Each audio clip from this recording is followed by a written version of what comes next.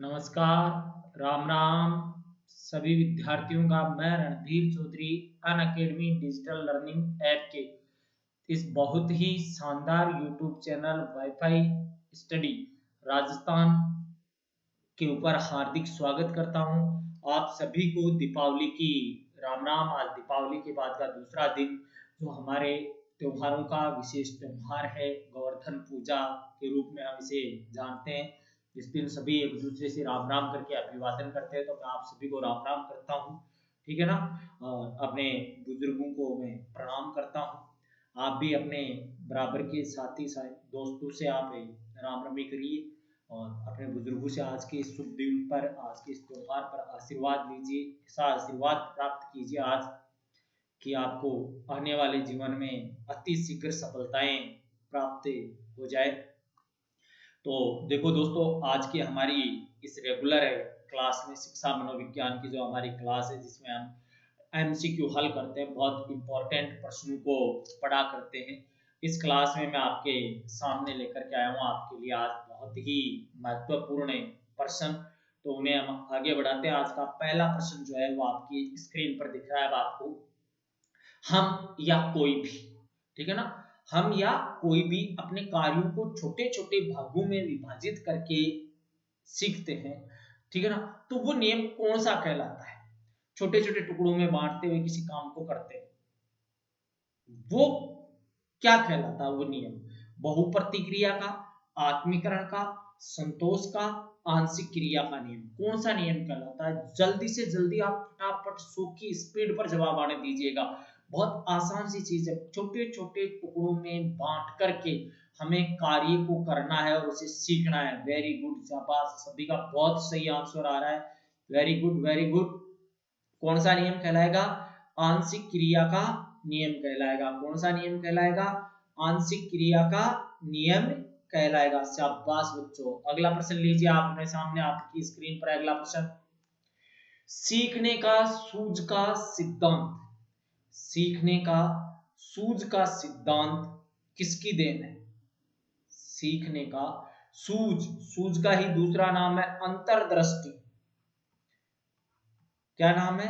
अंतर्दृष्टि। ये सिद्धांत किसकी देन है? गेस्टाल्टवादियों की, पुर्तगालियों की, फ्रांसीसियों की या अंग्रेजों की? जल्दी से जल्दी आंसर आने दीजिए। क्लास को लाइक और शेयर करते रहेगा। लाइक करना ना भूले, शेयर करना ना भूले। जितने भी स्टूडेंट्स हैं जिन्होंने सब्सक्राइब नहीं किया है, वो सब्सक्राइब जरूर कीजिए। अभी आप दीपावली की छुट्टियां चल रही है, पूर्ण रूप से फ्री हो तो क्लास को दबा के शेयर करो, व्हाट्सएप, टेलीग्राम, हर जगह। इस दीपावली पर हमारे चैनल पर ऐसा धमाका होना चाहिए कि 10,000 से ज्यादा स्टूडेंट्स हमारे बीच में हो दीपावली के अगले दिन, यानी कि कल। आज राम राम है, दीपावली का लास्ट दिन है इस त्योहार का। जैसे कल भाई दूज की भी त्योहार है हमारा, तो भी उसकी भी आपको शुभकामनाएं कल और दे दूंगा। वेरी गुड, शाबाश। गेस्टाल्टवादी का, किनका? गेस्टाल्टवादी। गेस्टाल्टवादी कहाँ के थे? तो याद रख लेना, गेस्टाल्टवादी कहाँ के थे? जर्मनी के थे। कौन कौन थे? मैक्स वर्दिमर, कुर्त कोपका, कुर्त लेविन और कोलर। ये सारे के सारे क्या थे? गेस्टाल्टवादी थे। वेरी गुड, शाबाश बच्चों, वेरी गुड। हाँ, अगला प्रश्न। किसी भी माता पिता को अपनी संतान को बुद्धू, मूर्ख आदि नहीं कहना चाहिए। ओ गंडक, कौन? मारवाड़ी में ओ औलादे। तो टोन ऐसी होती है, वैसी टोन में ऐसे अपशब्दों का उच्चारण नहीं करना चाहिए। क्यों नहीं करना चाहिए? क्या कारण है इसका? पहला कारण मैं बता देता हूं। बच्चे उन शब्दों को दोहराने लगेंगे, वे अपने अंदर अवगुण ढूंढेंगे, या उनमें भी आप शब्द बोलने की आदत पड़ेगी, या सारे के सारे ही सही है। शाबाश, यही उम्मीद थी आपसे, यही उम्मीद थी आपसे। सभी उपयुक्त, सभी बच्चे उन शब्दों को दोहराने भी लगेंगे, अपने अंदर अवगुणों को भी ढूंढेंगे कि यार मेरी माँ, मेरा बाप मेरे को बुद्धू कह रहा है, मूर्ख कह रहा है, गधा कह रहा है, गंडक कह रहा है, आवारा कह रहा है, तो इसका मतलब गड़बड़ तो मैं ही कर रहा हूँ। हो सकता है वो इन्हीं शब्दों को काम में भी लेने लग जाए है? माँ बाप टाबर ने कहा दो गंडक है, तो वो भी सामने से बोल रहे तू गंडक है, तेरे खानदान गंडक है। तो इन शब्दों का काम में नहीं लेना चाहिए, या वो किसी और को बोल देगा। जिन बच्चों ने अभी तक अनअकैडमी का लर्निंग ऐप डाउनलोड नहीं किया है वो ये जरूर डाउनलोड कीजिएगा भैया। अनअकैडमी लर्निंग ऐप आपके मोबाइल प्ले स्टोर में मिलेगा, इसे डाउनलोड कीजिए और डाउनलोड करके यहाँ पर आप मुझे जरूर फॉलो कीजिएगा। मेरा नाम है रणधीर चौधरी।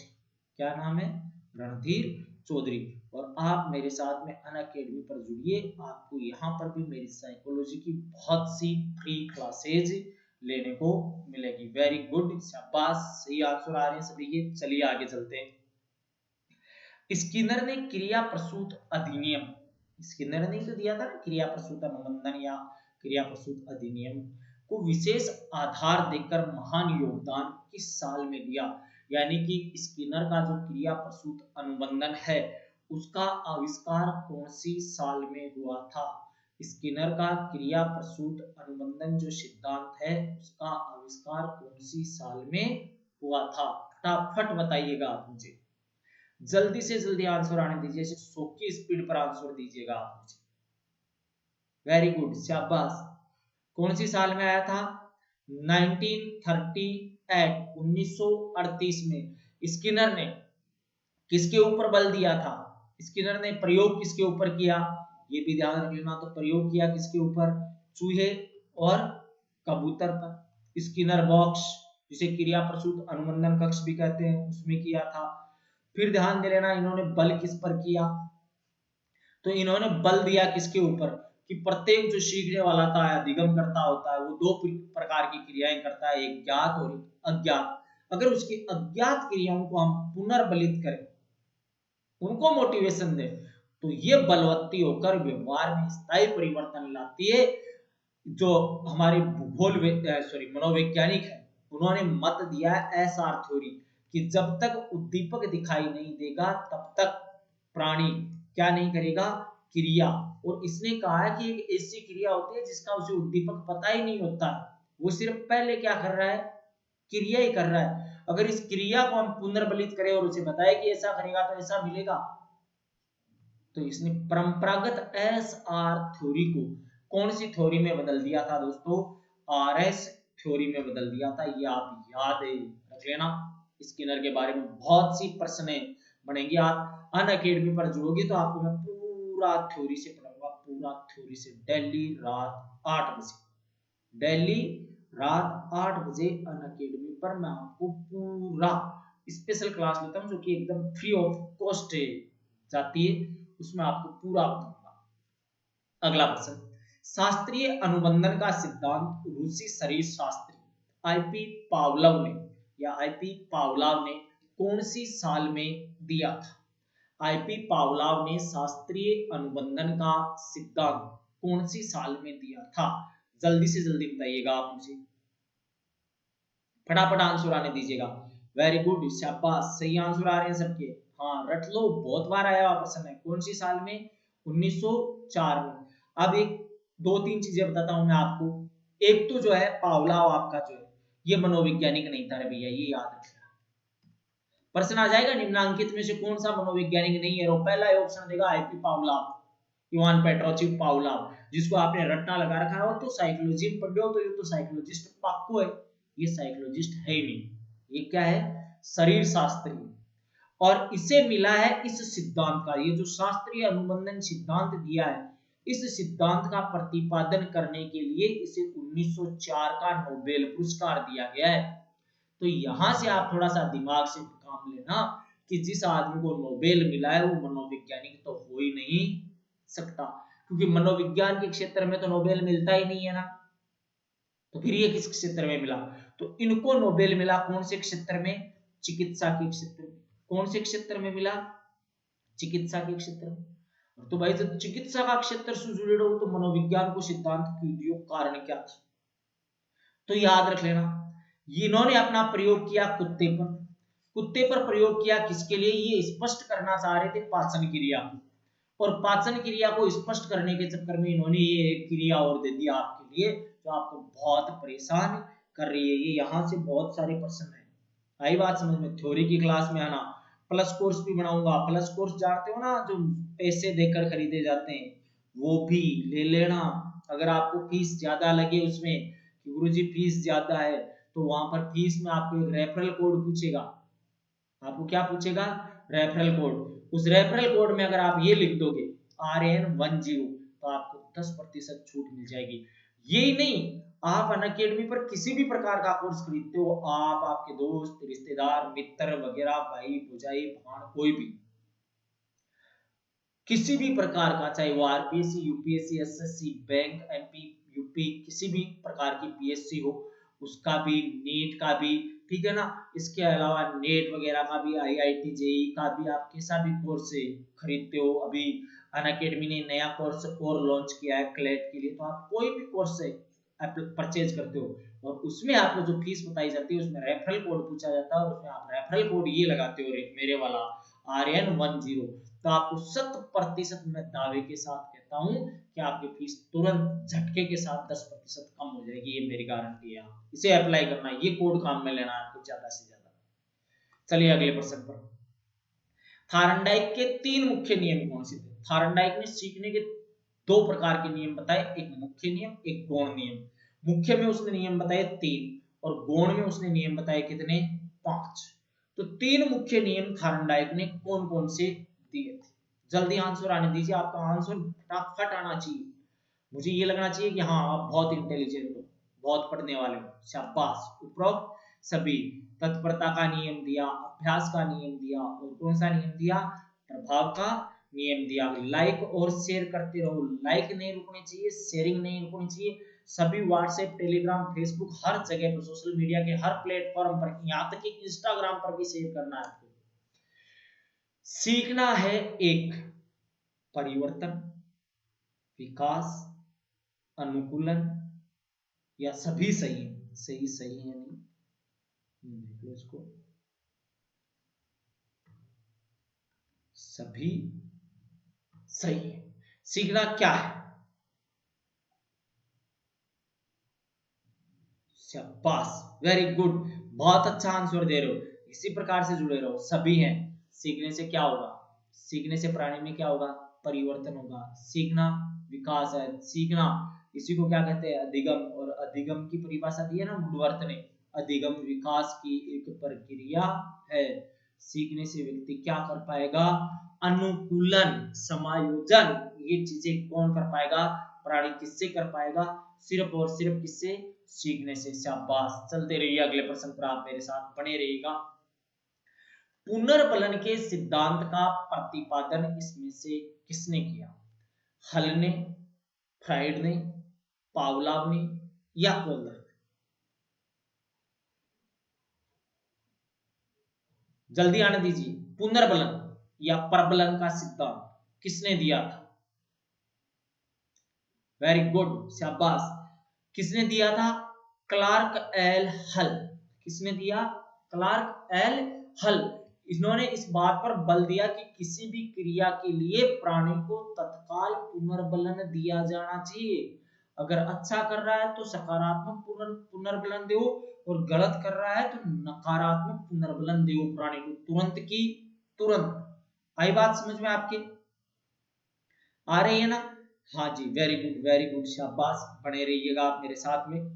फिर देखिए आप, फ्राइड ने कौन सा दिया? मनोविश्लेषण। कौन सा दिया? मनोविश्लेषण का। पावलाव का कौन सा था? अनुकूलित अनुक्रिया।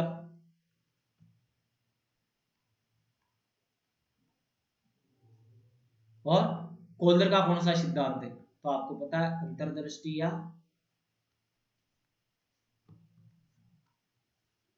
सूझ का सिद्धांत। आ गया आपके समझ में?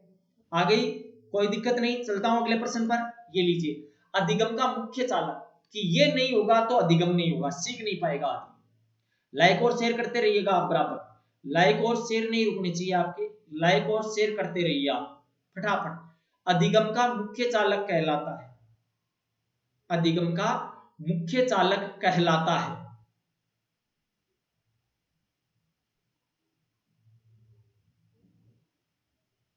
जल्दी बताइए। मोटिवेशन, टीचिंग मेथड्स, बुक्स या फ्रेंड्स, क्लास फ्रेंड्स? कि ये है तो अपने आप सीखेगा। शाबाश। किससे सीखता है? मोटिवेशन, अभिप्रेरणा से। बिना अभिप्रेरणा के सीख नहीं पाएगा। अभिप्रेरणा अधिगम का सर्वोच्च या स्वर्णिम राजमार्ग है। सर्वोच्च या स्वर्णिम राजमार्ग है कौन? अभिप्रेरणा। किसका? अधिगम का। याद रख लेना इस परिभाषा को। अधिगम होता है सक्रिय रहकर, निष्क्रिय रहकर, कभी सक्रिय कभी निष्क्रिय या शांत रहकर। सक्रिय का मतलब जो हमें सिखा रहा है उसके साथ बराबर एक्टिविटी करते रहना, सवाल जवाब होते रहना। निष्क्रिय ये मुंह लटका के बैठ जाओ। सक्रिय और कभी असक्रिय, निष्क्रिय। कैसे? पढ़ रहा है, ध्यान है, ध्यान देते देते यूं सो गया। सो गया भैया। अचानक हाँ गुरुजी दोबारा बताइए। फिर गुरुजी दोबारा बताना शुरू करते गुरुजी, तो बच्चा जी तो वापस है यूं कर रहा। एक होता है शांत चुपचाप।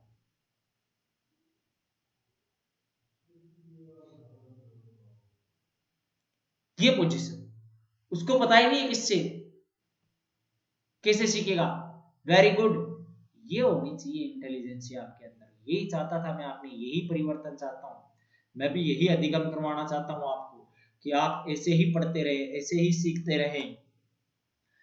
प्राचीन अनुबंधन का सर्वप्रथम अध्ययन किसने किया था? अनुबंधन के मामले में कि दो के बीच में अनुबंधन बनता है, सबसे पहले अनुबंधन के सिद्धांत पर काम किसने किया? अनुबंधन का सबसे पहले अध्ययन किसने किया? Very good. शाबाश शाबाश शाबाश, लगे रहो। Very good. सही जा रहे हो, एकदम सही पकड़े हो। किसने किया था? पावलाव ने। किसने किया दोस्तों? पावलाव ने। देखो ज्यादा नहीं, हम 2-3 दिन जो आपकी त्योहारी की सीजन है इसमें मैं नहीं चाहता कि आपका रूटीन टूटे, इसलिए ज्यादा क्वेश्चन नहीं लेकर के आऊंगा, ज्यादा देर नहीं पढ़ाऊंगा आपको। 30 से 35 मिनट पढ़ाऊंगा। आप दबा के लाइक और शेयर करते रहिएगा और सीखते रहिएगा, बातों को समझते रहिएगा। इतना टाइम निकालेगा मेरे लिए। 30 से 35 मिनट आपको पढ़ना है और मात्र 15 मिनट और देनी है मेरे को आज के दिन में। आज के दिन में आप क्या करोगे? इसी क्लास के लिंक को शेयर करोगे हर जगह, व्हाट्सएप पे, फेसबुक पे, टेलीग्राम पे, इंस्टाग्राम पे, यहाँ तक कि ट्विटर पे भी ट्वीट कर दो इसका। सोशल मीडिया के आप बड़े कलाकार हो। चलिए अगला प्रश्न। पावलाव के द्वारा, पावलोव नहीं, पावलाव के द्वारा किए गए अनुबंधन संबंधी प्रयोग किस क्षेत्र से संबंधित है? पावलाव ने किस क्षेत्र में काम किया था? क्रियात्मक में, ज्ञानात्मक में, गत्यात्मक में या संज्ञानात्मक में? पावलाव इनमें से कौन से फील्ड से जुड़ा हुआ था? क्रियात्मक से, ज्ञानात्मक से, गत्यात्मक से या संज्ञानात्मक से? मुझे पता था आप गलत जाओगे, गलत जाओगे, गलत जाओगे। रे गलत नहीं करना है। प्रश्न को पढ़ो, ऑप्शन को पढ़ो। सब कुछ आपके सामने एक ऑप्शन चिल्ला चिल्ला के कह रहा है रे मेरे ऊपर प्रयोग किया था, मेरे से संबंधित है दादा। कौन सा? ज्ञानात्मक क्षेत्र है। कौन से क्षेत्र से काम किया था? ज्ञानात्मक क्षेत्र से। आ रही है मेरी बात समझ में? अगर आ रही है तो लाइक और शेयर। अगला प्रश्न। पावलाव ने कुत्ते की किस ग्रंथि से निकलने वाली लार को एकत्रित किया था? कुत्ते की कौन सी ग्रंथि से लार निकलती है? पैराथायराइड से, पेरोटिड से, पिट्यूटरी से, थायराइड से? जो फर्स्ट लेवल वाले बच्चे हैं वो पक्का आंसर देंगे, एकदम सही आंसर देंगे। और अगर फर्स्ट लेवल की जो तैयारी कर रहा है और उससे गलत हो जाता है, या सेकंड लेवल में साइंस वाले बच्चों से ये प्रश्न गलत होता है, तो समझ लो आप अभी जीरो स्तर पर हो, जीरो स्तर पर। भाई आर्ट के बच्चों के आएगा, एसएसटी वालों के तो उनके तो बस का सौदा नहीं है, क्योंकि उनके तो ऐसे प्रश्नों में हारे का सहारा बाबा श्याम हमारा होता है। आई बात समझ में? हाँ। कौन सी ग्रंथि? पैरोटिड ग्रंथि। कौन सी ग्रंथि से लार निकलती है? पैरोटिड ग्रंथि से। याद रखना, स्क्रीनशॉट ले लो फटाफट। पुरस्कार नैमित्तिक अनुबंधन को प्रारंभ करने का श्रेय जाता है। नैमित्तिकवाद किसकी देन है? नैमित्तिकवाद, पुरस्कार नैमित्तिकवाद अलग है। पुरस्कार से नैमित्तिक अनुबंधन को प्रारंभ करने का श्रेय किसे जाता है? पुरस्कार से नैमित्तिक अनुबंधन को प्रारंभ करने का श्रेय किसे जाता है? जल्दी से जल्दी आंसर आने दीजिए आप मेरे पास में। वेरी गुड, शाबाश। किसको जाता है? थॉर्नडाइक। कौन है? थॉर्नडाइक। अगला प्रश्न लीजिए। निम्न में से उचित युग्म कौन सा नहीं? यहां पर चार ये आपके मनोविज्ञान के सिद्धांत देने वाले व्यक्ति है चारों, और उन्होंने किस किस पर प्रयोग किया, उन चारों का प्रयोग लिखा हुआ है कि किसने किसके ऊपर प्रयोग किया। इनमें से एक गलत है। पावलाव का कुत्ता था, स्किनर का चूहा उंदरा था, थॉर्नडाइक की बिल्ली थी, कोल्लर की बिल्ली थी। अब किसका गलत है? पावलाव के पास में कुत्ता था या नहीं था? पालतू कुत्तों या हिड़केड़ो कुत्तों? स्किनर के पास में चूहा था या उंदरा? चूहे में और उंदरे में अंतर होता है बहुत बड़ा। जो मेरे पास ऑफलाइन में पढ़े हुए हैं उनको सबको पता है कि चूहा में और उंदरा में क्या अंतर हुए। थॉर्नडाइक, इसके पास में बिल्ली थी या नहीं? कोल्लर के पास बिल्ली थी या नहीं? वेरी गुड, शाबाश। यही होता है, इंटेलिजेंट बच्चे यहीं से पकड़ लेते हैं। और कोल्लर ने किस पे किया प्रयोग? चिंपांजी पे। किसके ऊपर किया? चिंपांजी। चिंपांजी देखा हुआ है आपका? चिंपांजी नहीं देखा ना? मैं दिखाऊंगा आज आपको चिंपांजी। देखना चाहोगे ना? चलो तो आज मैं आपको चिंपांजी दिखाता हूं। आज जैसे सूर्यास्त हो जाए और सब कामों से फ्री हो जाओ दीपावली की से, तो सूर्यास्त होने के पश्चात आप अपने कमरे में जाना, बेडरूम में गेट करना बंद, लाइट चालू करना, शीशा आईना उठाना और उसमें देखना, वहां पर आपको एक चिंपांजी दिखाई देगा। वन मानुस। कौन होगा?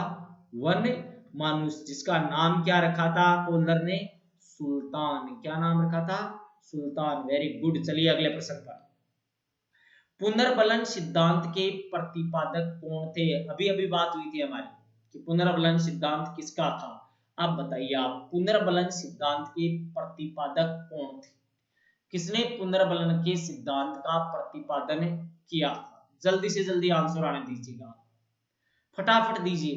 स्किनर ने दिया था, गुथरी ने दिया था, हल ने दिया था, या स्पेंसर ने दिया था? स्पेंसर ने। वेरी गुड, शाबाश। ये हुई ना बात। किसने दिया था? हल ने। किसने दिया था? हल ने। क्लार्क एच हल। अभी अभी बताया ना मैंने आपको कि हल ने कौन सा सिद्धांत दिया था? पुनर्बलन, जिसमें कहते हैं कि अधिगम हेतु तत्काल पुनर्बलन दिया जाना चाहिए। ओके। अधिगम, अधिगम का निष्पादन है, यानी कि कब माना जाएगा कि अधिगम हो गया, यानी कि सीख गया। अधिगम की हम क्रिया में चलते हैं, सीख रहे हैं, तो कब होगा कि सीख गया जैसा है? अभिवर्ती मिलेगी तब, ज्ञान मिलेगा तब, लैंग्वेज मिलेगी तब, भाषा, या सारे?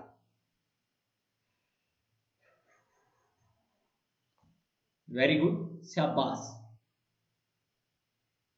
वेरी गुड, शाबाश। अधिगम का मतलब क्या होता है? अधिगम का मतलब क्या होता है? सीखना। अधिगम का क्या मतलब होता है? सीखना। और सीखने में क्या आ जाएगा? अभिव्यक्ति, एटीट्यूड, ज्ञान सीखा जाता है, भाषा क्या की जाती है? सीखी जाती है। उपरोक्त सभी, उपरोक्त सभी। आगे बात समझ में आपकी? पक्का ना? तो लाइक और शेयर कीजिएगा। पहले क्लास को लाइक करो। जो भी देखो क्लास देख रहे हैं इतने बच्चे, और लाइक वाले कम, आपके आधे लाइक आ रहे हैं यार। आप लाइक को क्यों रोक के बैठे हो? लाइक करो और क्लास को शेयर करो फटाफट। व्हाट्सएप, टेलीग्राम, हर जगह पर है। फेसबुक, जितनी भी आप सोशल मीडिया पर जुड़े हुए हो। हाँ। ब्रूनर के अनुसार, ब्रूनर के अनुसार निम्न में से कौन सा शिक्षण सिद्धांत नहीं है? जेरोम ब्रूनर ने शिक्षण के सिद्धांत बताए हैं अलग अलग। इनमें से कौन सा शिक्षण का सिद्धांत नहीं है?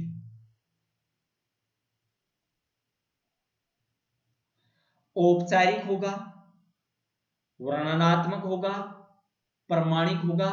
अनौपचारिक शिक्षक शिक्षण नहीं होती है। शिक्षण अगर हो रही है तो शिक्षण औपचारिक ही होती है, वर्णनात्मक होती है, प्रमाणिक होती है। हाँ, शिक्षा अनौपचारिक हो सकती है। शिक्षण यानी कि पढ़ाने की मेथड कभी भी क्या नहीं होगी? अनौपचारिक नहीं होगी।